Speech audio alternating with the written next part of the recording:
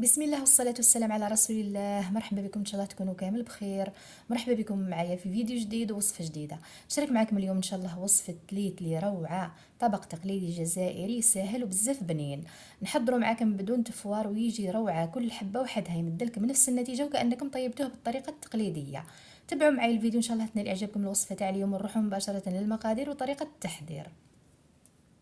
في برمة او كوكوط نحطوا الزيت 3 ملاعق كبار تاع الزيت، نزيد معاهم ملعقه كبيره تاع السمن او زبده او مارغرين على حسب الاختيار، وكما تقدروا ما تحطوش. نضيف عليهم قطع الدجاج، نحتاج قطع من الدجاج او من اللحم. نقلب الدجاج هكذا شويه في الزيت والسمن، ومن بعد نضيف البصل يكون مرحي او تقطعوه قطع رقيقه. نزيدو نحركو شويه البصل، ونزيد عليهم نصف ملعقه كبيره من الملح، او ملحو على حسب الكميه اللي راح نطيبوها. نزيد نحط التوابل، نحط شويه فلفل اسود، وحوالي ملعقه صغيره تاع فلفل احمر بابريكا، وملعقه صغيره تاع راس الحانوت، وملعقه صغيره تاع توابل الدجاج. يعني هي اختياريه، تحبوا تحطوا في مكانها شويه كركم وشويه زنجبيل. توابل الدجاج تمدلنا بنه لهذيك الدجاج، والمرق كذلك يجي بنين. نخلط المكونات كامل ونخليهم يتقلاو شويه. دائما هكذا كي نقليو الدجاج والبصل ولا اللحم نقليوهم مليح يجوا بنان. كي نحطوا التوابل الا ما كانتش هذيك الصلصه او كانت ناشفه، نحطوا شويه ماء باش ما يتحرقوناش التوابل. شويه هكذا 2 مغارف ولا 3. نزيد عليهم قطع الجزر او الزروديه، نخلطهم مليح ونخليهم يتقلوا مع بعضهم. من الاحسن نغطيهم باش يطلقوا هذيك الصلصه تاعهم ويتشربوا البنه تاع البصل والتوابل. وبعد كي نمرقوهم المرقه هذيك تيجي بنينه. خاصة البصل لازم تقليوه مليح، يعني تدبلوه مليح مليح باش هذيك المرقة ما تيجيش فيها ريحة البصل. كي يتقلاو شويه هكذا نضيف عليهم الطماطم المصبرة، نضيف ملعقة كبيرة تاع الطماطم المصبرة، ونزيد نخليها تقلى مليح. نحركها ونخليها تقلى شويه باش ما تجيش حامضة.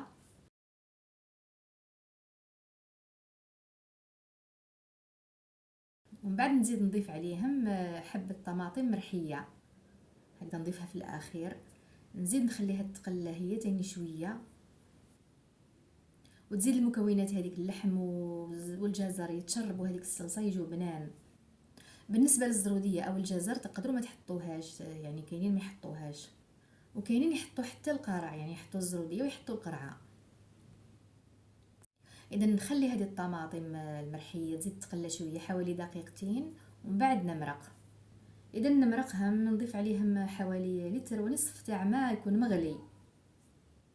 نمرقهم هكذا. دائما نحيو هذوك اللي يلصقوا في الاطراف باه ما يتحرقوناش ويمدوا لنا طعم تاع الحريق في المرقه. دائما نحيوهم.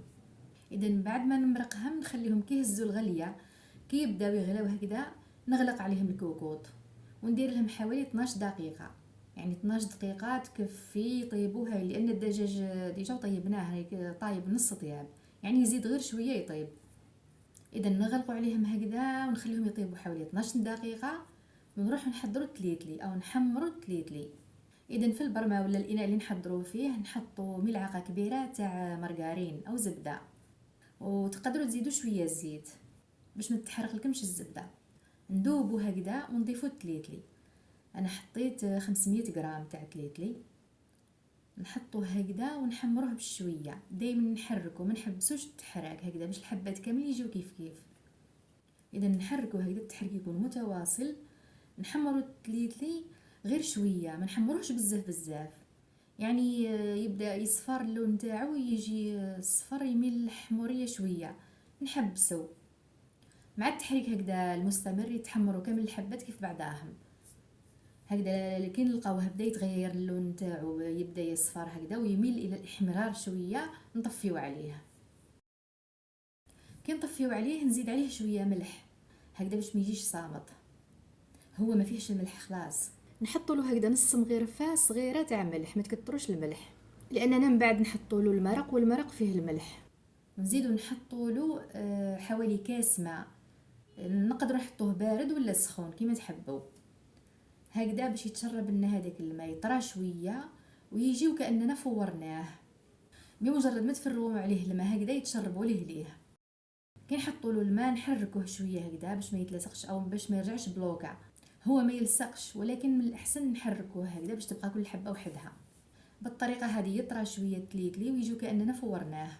شوفوا ليه يتشرب الماء ويجي كل حبه وحدها. وحتى من بعد كي نحطوا له المرقه ليه يتشربها وتم يطيب ما يطولش. هاي هنا طابت المرقه كي طيب نحيو اللحم ونزيدو نحطو الحمص. انا الحمص تاعي طايبه ما حطيتهاش في الاول، نحطها في الاخير. نزيد نخليها تغلى حوالي دقيقتين او 3 ونطفي عليها. بعد ذلك نصفي المرقه ونضيفها على التليتلي. نحطو هكذا كميه من المرق، نغطيو مليح هذاك التليتلي، نغطيوه بحيث المرقه ترتفع على التليتلي بحوالي اسبوعين او بحوالي نصف ملعقه هكذا باش كي يتشرب من بعد المرق يجي سوا. نغطيو عليه ونقصوا النار ونخليوه يتشرب بشويه. نحركوه هكذا كي يغلي التليتلي نغطيوه ونخليوه يتشرب بشويه حتى ينشف هذاك المرق.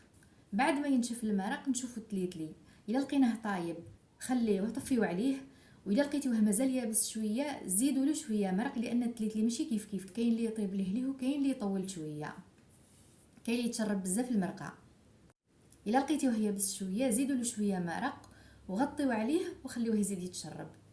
المهم حتى تحصلوا على تليتلي يكون طري شويه، ما ديروش طري بزاف ما يجيكمش بنين، ديروه طري شويه كيما يطيب ومن بعد طفيو عليه. هاو هنايا التليتلي تشرب المرق وبقى شويه يابس، وبالتالي زدت له غير شويه المرق وخليته يزيد يكمل يطيب. بالنسبه للدجاج تقدروا تحمروه هكذا في المقله ولا في الفور، وكما تقدروا تخليوه هكذاك. كي تطفيو عليه خليوه مغطي وخليوه حوالي 10 دقائق ومن بعد قدموه هكذا باش يزيد يتشرب مليح ويجيك مفروز كل حبه وحدها. تقدروا تحطوا التليتلي هكذا شويه زبده تمدلو بنه هايله ومن بعد تقدموه. نحطوه هكذا في صحن التقديم ونزينوه ونقدموه. شوفوا شحال جا هايل مفروز كل حبه وحدها والبنه تاعو رايعه. من الاحسن نقدموه سخون هكذا باش يجي بنين.